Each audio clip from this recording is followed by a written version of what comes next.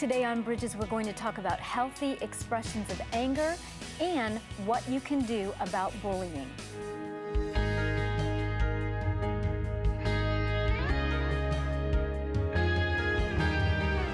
Welcome to Bridges. I'm Monica Schmelter, and I'm so glad that you could join us today.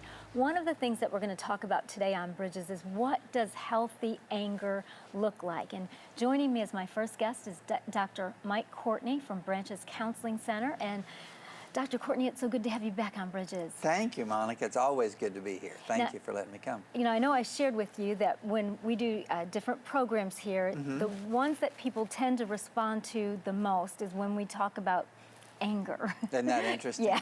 Yeah. Because I think there's this sense, especially in the Christian community, that anger is just not a Christian thing to feel or to do. And so we're going to try to help all of us resolve this issue today of anger. So let's start with what is anger and what do we do about it? Well, it's a great question. It makes me mad every time we talk about this. Anger is, you know, we have what we call primary and secondary emotions. It's like the doctor saying this is minor surgery. When you're in the middle of it, it doesn't feel like minor surgery. Not at all, no. When you're dealing with an outburst of anger that's directed toward you, or you feel anger welling up within you, it doesn't help to say, well, that's just a secondary emotion. But I think what that means is that anger is a response to a feeling or an emotion that we have, a feeling of injustice, a feeling of hurt, a feeling of being betrayed. There's something that has happened to me, and anger is the natural response to that. And it is correct, I think, that anger is an appropriate response for Christians, that it's okay. The Bible has a lot to say about being angry and not sinning and not allowing the sun to go down on our anger. So apparently anger is all right. But as Christians, we tend to shy away from that and feel like it's not something that we should express at all. Yeah, and the thing is, I think that, or I know for sure, that if I stuff anger and if I don't express it, and if that goes along for a passage of time, that the result are much worse than if I would have just expressed it. What are some of the risks we face if we don't express our anger? Yeah, that's a good point. I say to people often in a counseling setting, the only problem with pain is that it hurts. I know. We learn great lessons from pain. We are made better from pain. I think the same thing is true for anger, that when it's expressed in an appropriate and a healthy way, I'm made healthier. The relationship that I'm involved in is usually made healthier. Quite honestly, some of the most productive conversations my wife and I have had are conversations when one or both of us were angry and we were expressing that in the right way. When we don't express it, you know, Paul says to us, when he says, I pray that your whole body, soul, and spirit be preserved blameless. He says that we are created physically, emotionally, and spiritually. Those, I think anger unexpressed affects us in all three of those areas. Physically, there are all kinds of documentation about elevated blood pressure, about the inability to digest our food appropriately, about hypertension, all the things that happen to us. So like physical things. Yes, there are all kinds of physical responses from unexpressed anger. Emotionally, it's a cliche, but it's true that depression comes from it's anger turned inward, unexpressed anger. Isolation, pulling away, not being able to connect relationally, all those things come out of anger. And then certainly, spiritually, this unexpressed and stuffed down anger begins to take its toll. Again, Paul says, or the writer of Hebrews says, see to it that no root of bitterness springs up within you.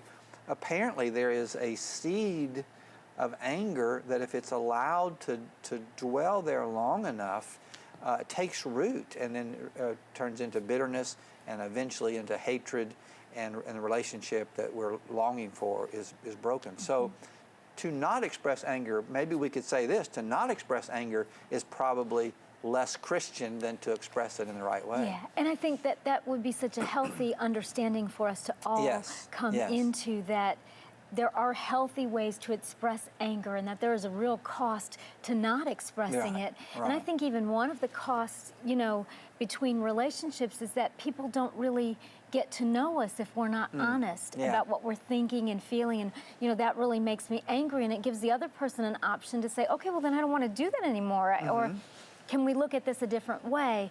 So you said there are physical consequences to not expressing anger, and spiritual and emotional. And so, okay, so then we know that all that stuff's going to happen if we stuff our anger. Right. But then what's the right way to express it and not go over into the sin category? Yeah, yeah. One of my favorite writers of late is a guy by the name of Richard Rohr, who is a Franciscan priest. And I say he's either one of the greatest theological thinkers of today, or he's a heretic. I'm not sure which one. He's right on the edge of that. Fine line there. Yeah, and sometimes when I'm reading something I really like, I say, oh man, I wish he hadn't said that. That's kind of... But a great quote from him. Richard Rohr says, if there's such a thing as human perfection, it's found precisely in the way we handle imperfection, especially our own. And then the next line he says, what a clever place for God to hide holiness. Isn't that a great thought, that when I am being my true self, when I'm saying, you know what, this really makes me mad, and it's kind of eating away, and I need to speak this out. That's when we're the most holy. That's when we are expressing to someone, this is what's really going on inside me. So I think there are three things. There are always three things with me, Monica. I was a pastor for 25 years. So I have 3 points in a poem for everything. But I think there are three things, and to try to make it real easy, I would say we use our mouth, we use our feet, and we use our hands. We use our mouth. We say to little kids, use your words. Absolutely. We express that. This is something that has really bothered me. We express it in the right way, not you made me angry. Right. That's not true. But I am angry. I get angry when I hear this. This happened to me, and it caused me to feel angry. So we use our mouth. We speak out what's feeling inside us. We use our feet.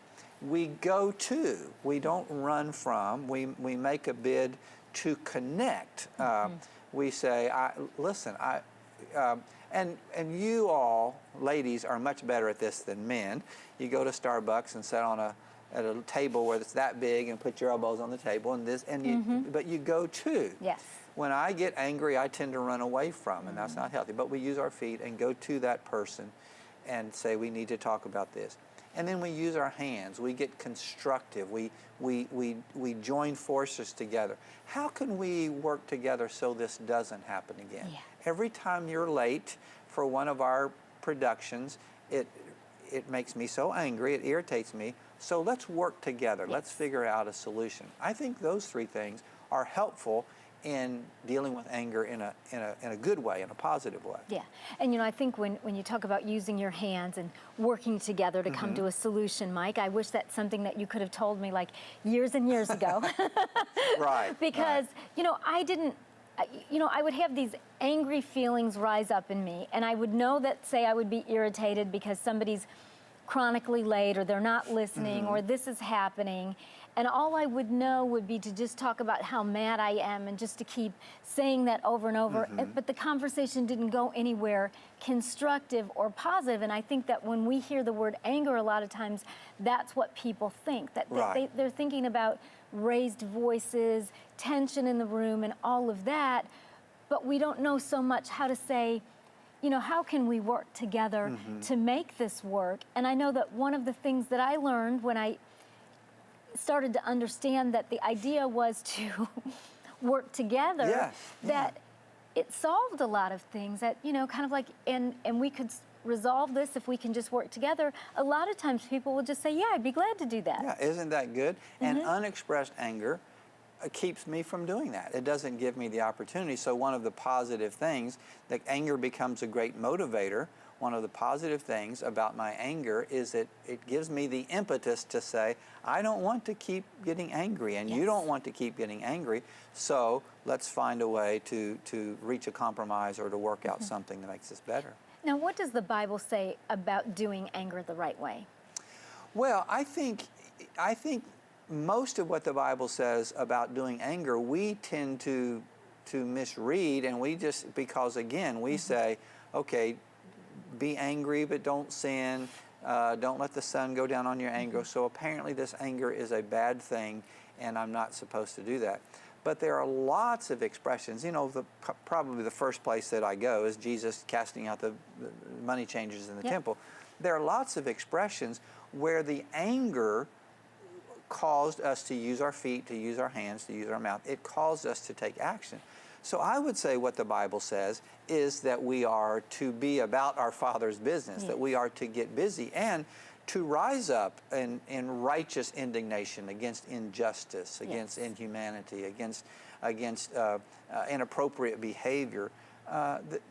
That's what we're supposed to do. And again, I know I said this earlier, I think that's more Christian than not responding at all. Yeah, and I know sometimes people will just say, well, you know, they go on and on about something, they say, well, forgive me for my rant. You know, and it's like, but if that rant is about some type of injustice or a need not being taken care of, sometimes I'll look at that and think, okay, maybe that anger in me is because God wants me to do something about that. And when I learn to do that, then life is much more effective and it's more productive. Anger, though, too, can be it can cause a lot of problems and a lot of disruptions if it's not expressed properly. If there's somebody watching right now and they're thinking, I think I've really got an anger problem, and I can be very honest and say for years I really struggled with an anger problem and needed professional help with it. How would a person know that they might need counseling for anger? Well, Monica, let me say you would be a great example for people because you're one of the sweetest people I know. So to hear you say you have an anger problem. No, I did. But that that lets people see, oh yeah, this could be something. I think when it's destroying relationships, when it is causing me to isolate, to pull away, when it is creating a separation from me and God, and when it is chronically uncontrollable, when I lose my temper.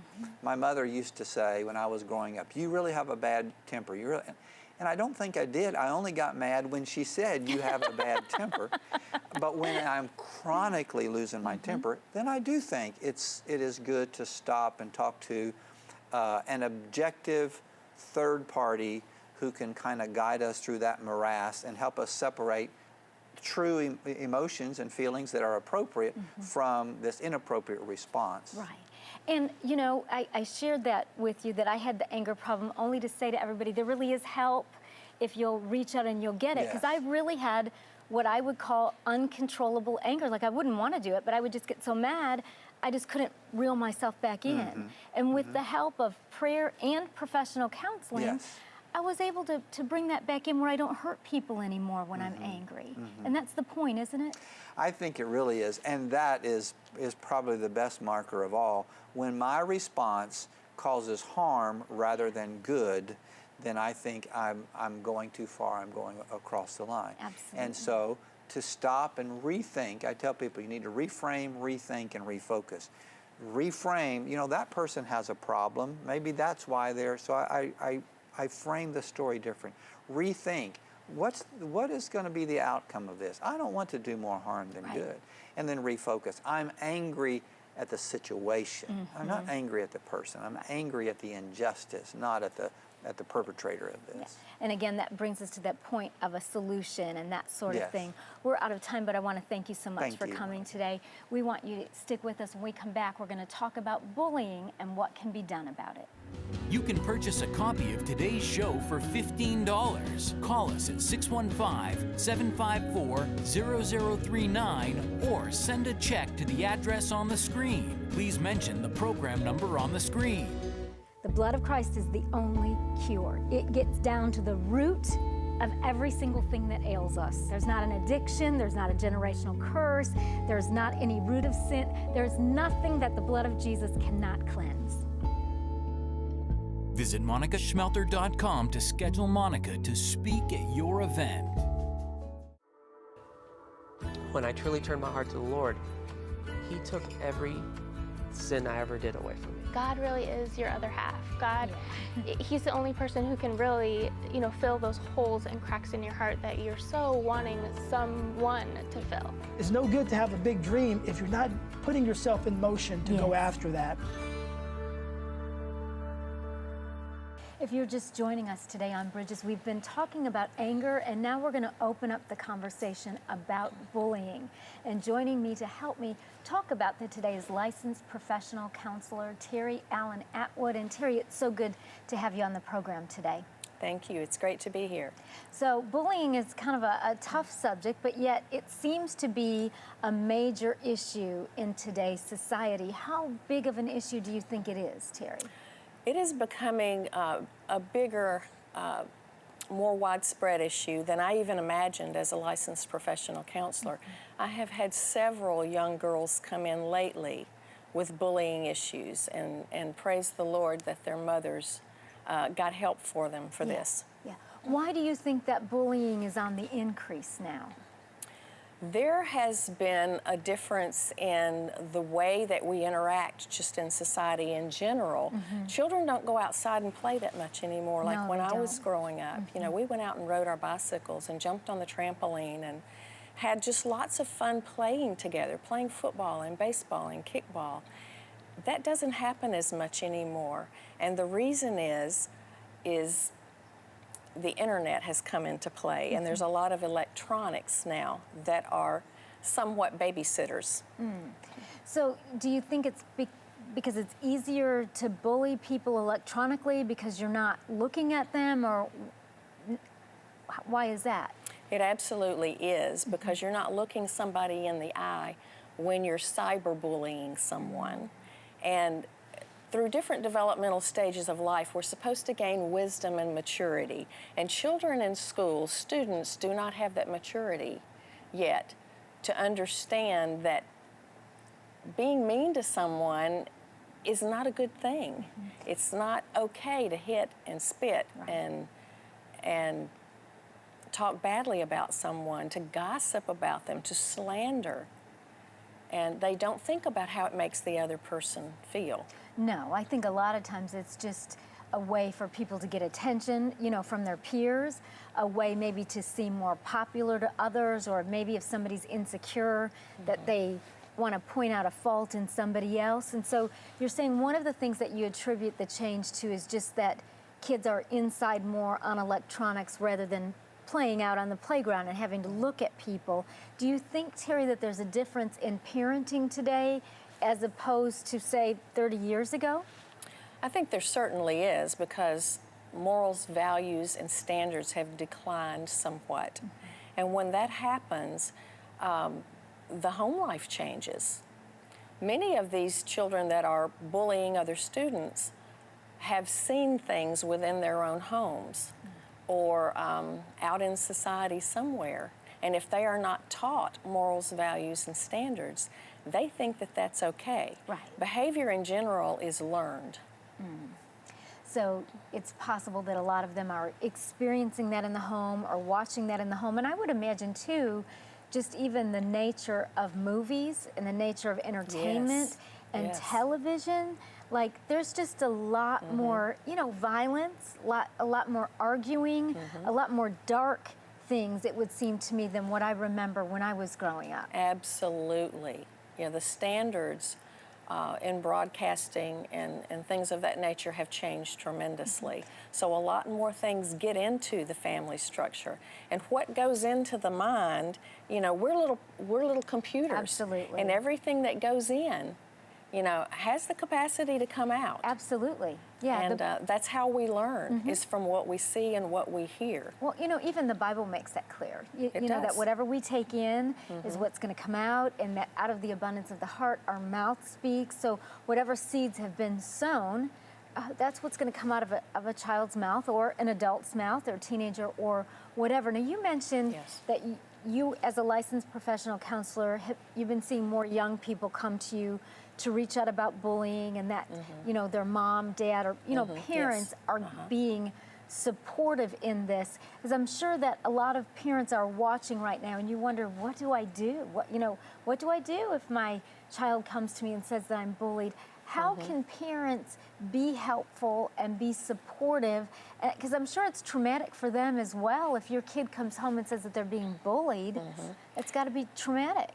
It absolutely is, and many times the student will go directly to their teacher or the principal, which is the best thing that can happen, because we don't want parents taking things into their own hands, which is what happens sometimes. And they do have a format from which they follow when this happens. Teachers? Teachers and principals. Okay. Well, what is that format like? Because I know as a parent, if that was me, and I don't have a young child anymore, but if I did, I would definitely like want to do whatever I needed to do to protect my kid, and I would think that's what most parents want to do. How would a teacher or a principal respond? What is the format? Normally, they ask the student to write out what happened. And then they bring the other student in and have them write out what happened. Okay. Then the principal and the SRO officer. What's an SRO officer? Those are the resource officers that are within most schools. They may be in all schools. Okay. Okay. So they have the student sit and tell the story, both of them, with the principal and the resource officer. And then they decide what needs to be done from that point. Okay. Now, sometimes what has happened actually has come from social media, and it didn't happen actually while they were at school. Yeah. So what the principal advises at that point is for them to take a picture on their phone, say if it comes across Instagram or Snapchat, which is the main social media sources from which bullying, cyberbullying comes, sadly enough. Yeah, it is very sad. And then when the child gets to school, they're very distraught about the things that they have heard or seen through video or pictures or just dialogue on social media. Do you think that in this day and age that it would be totally unreasonable for a parent to say to their teen or their middle schooler, we just don't want you on social media right now, you're just not old enough? I think that's one of the things that has to happen is parents have to be aware of what their children are doing, what they're seeing on television, what they are doing on social media. Do they have a Facebook page? Do they have Instagram? Do they have Snapchat? Snapchat and Instagram are the two areas where bullying occurs the most. Wow, okay. So I'm thinking, you know, when you talk to me about the teacher and the principal and sitting down with the special resource officer, to me, you know, and it's been a lot of years since I've been a student, like I would think that I would have this heightened sense of, oh my goodness, I am really in trouble. We've got an officer in this room with us, we've got a principal, we've got a teacher.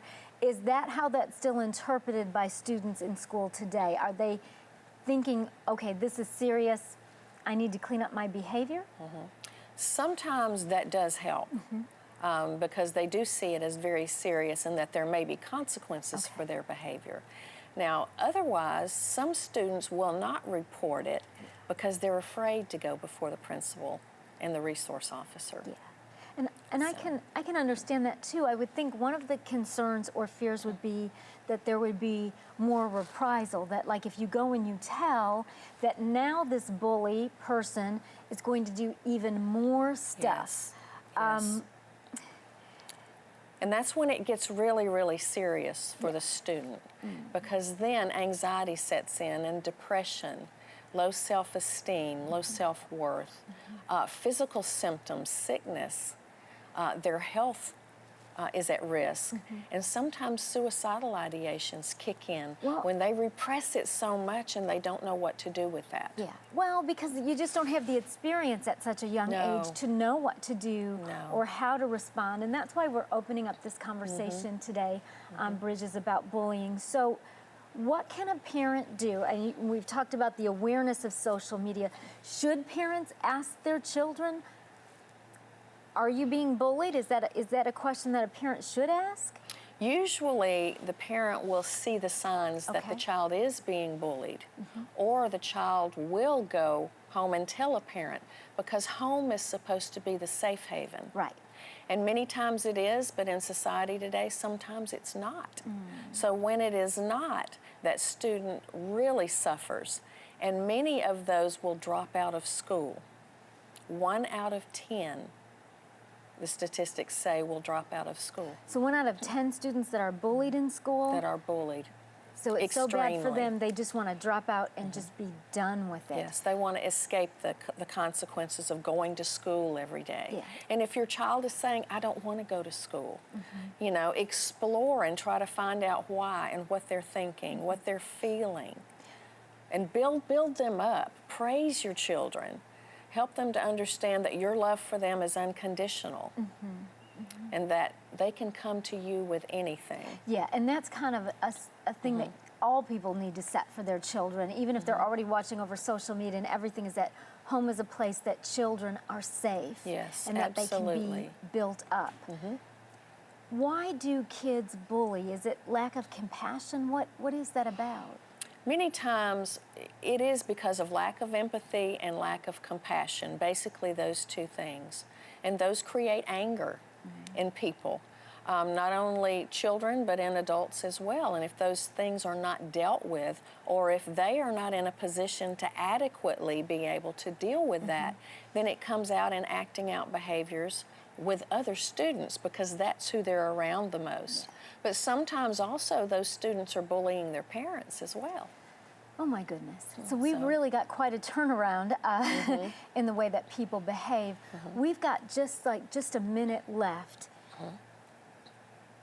What if a parent brings their child for counseling, how does counseling help a child that's been bullied? First of all, I let them know that they are a child of the King and that they are loved unconditionally no matter what. And I help them to understand who they are according to who they belong to. Amen. And help them to understand where their morals, values, and standards lie. And there comes a time in life when you understand how strong you are as a person that you can turn and walk away and not let those things influence you. And that's really the heart of the whole thing, is to know who we are in Christ and our value, so that regardless of what's said to us, that we can walk through that. We're completely out of time, but I want to thank you for coming and joining me today on Bridges. And thank you. We've been glad to have all of you with us as well. I'm so sorry that we're out of time. It's been good to talk. We've got to go. We say goodbye, and God bless you. Log on to www.ctntv.org, where you can make a prayer request, view our program guide, see who's on Bridges, or even watch one of Monica's latest teachings. Log on to www.ctntv.org. For more information on a guest, visit our website, ctntv.org.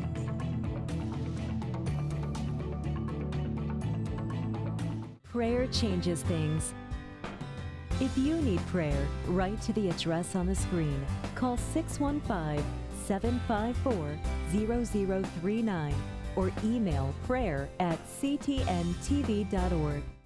If you would like to contact WHTN, you can write to the address on the screen or call us at 615-754-0039 or visit us on the web at www.ctntv.org.